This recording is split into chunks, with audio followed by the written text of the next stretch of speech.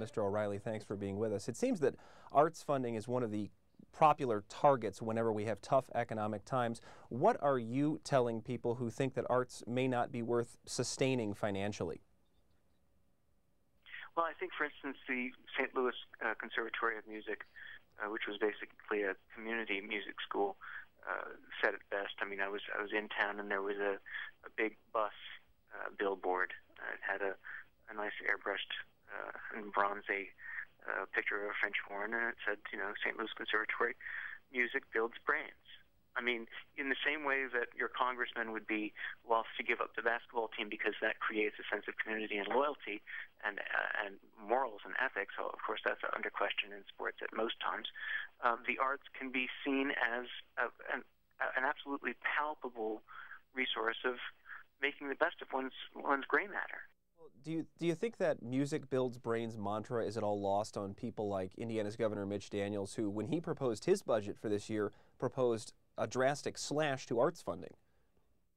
I think absolutely, because what he's seeing is elitism. He's seeing something that has only to do with, you know, the 1/10 of 1/1,000,000% who are musically talented, and he figures they will find instruction on their own. They don't need our help. He's not seeing the arts as I really think one should see it, in terms of something that whether one is a practitioner or not, as in sports, one gets a palpable sense of exhilaration that is as much a part of a healthy society and looking to the positive aspects of that society as sports is. And I think they occupy very, very similar psychological, emotional, spiritual places in our communities, and I think seeing them as an elitist pursuit is just blind. Well, your show actually encourages your students to go out on behalf of the arts and talk to local lawmakers, does it not? We try and do things from the ground up, from our kids who have been on the show, going back into their communities and being the best emissaries for arts funding, not just because they're virtuosi, but because they're regular kids who, you know, have this wonderful sense of musical excellence, but can actually talk to their congressman who's never been to a classical music concert, or they can play some bluegrass back in Austin to, you know, get one of the Texas politicians on their side. Christopher O'Reilly hosts National Public Radio's From the Top. Mr. O'Reilly, thanks so much for your time. A real pleasure talking with you. Back to you in the studio, Ann. All right, thanks a lot, Stan. And joining me now is Dr. Brenda Brenner, Associate Professor of Music, and Catherine Heisey, music teacher at Fairview Elementary School in Bloomington. And again, Sally Gaskell. Thank you all for being here. We appreciate it. And we're continuing along this topic of education and the arts. And why don't we start off with you and talking about the connection here between arts and education and why it's so important to keep programs in schools. I think it's important because of the reason that we are trying to build from the ground up a culture that values music and aesthetic things, and build that as part of a culture for these children from the beginning. I think that music encompasses all aspects of education. Really, music is education.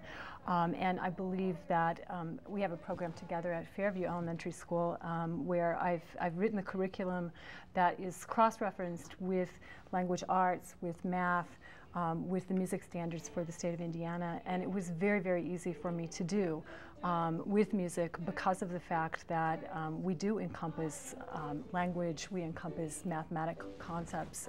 All of those things are happening within the music curriculum. Well, Catherine, we're seeing video of the violin program at Fairview Elementary. Tell me a little bit about this and how it's worked so far.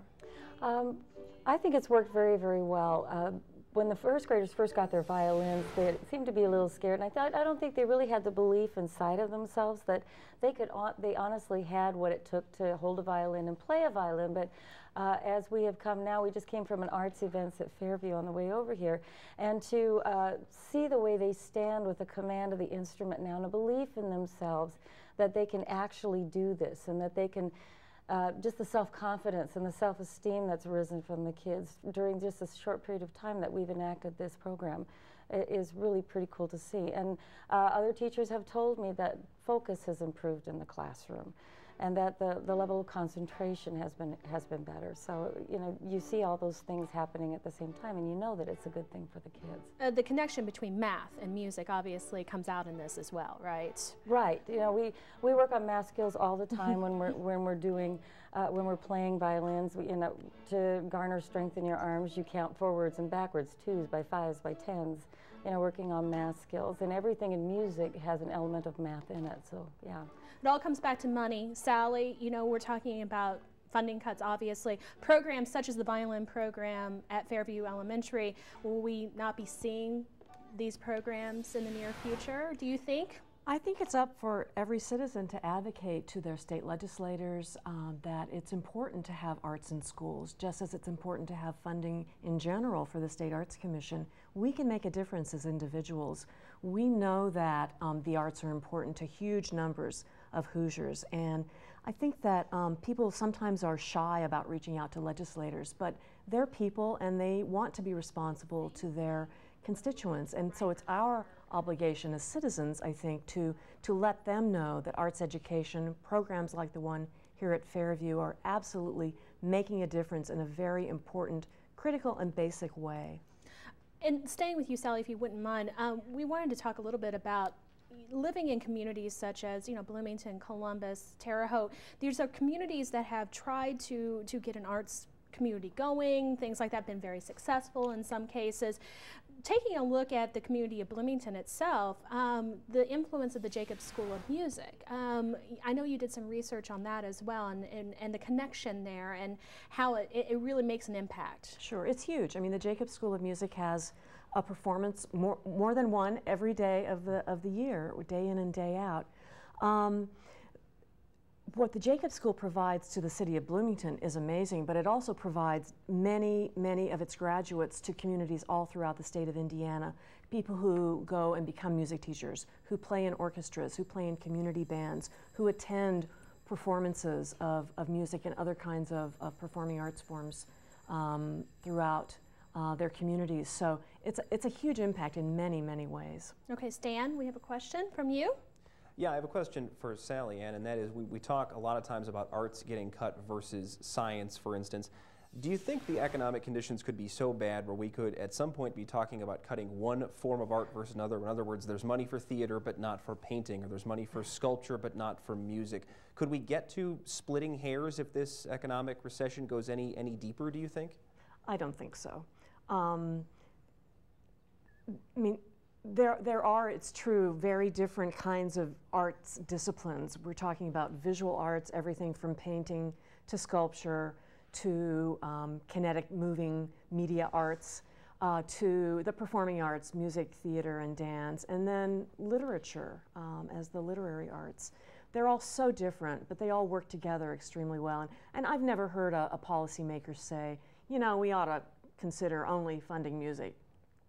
I don't think it'll get to that level. It's on the mind of a lot of people. We have an email from Paoli, Indiana, saying, will American and Indiana businesses value innovation enough to make art education a basic in school? Do you think that that's ever going to be?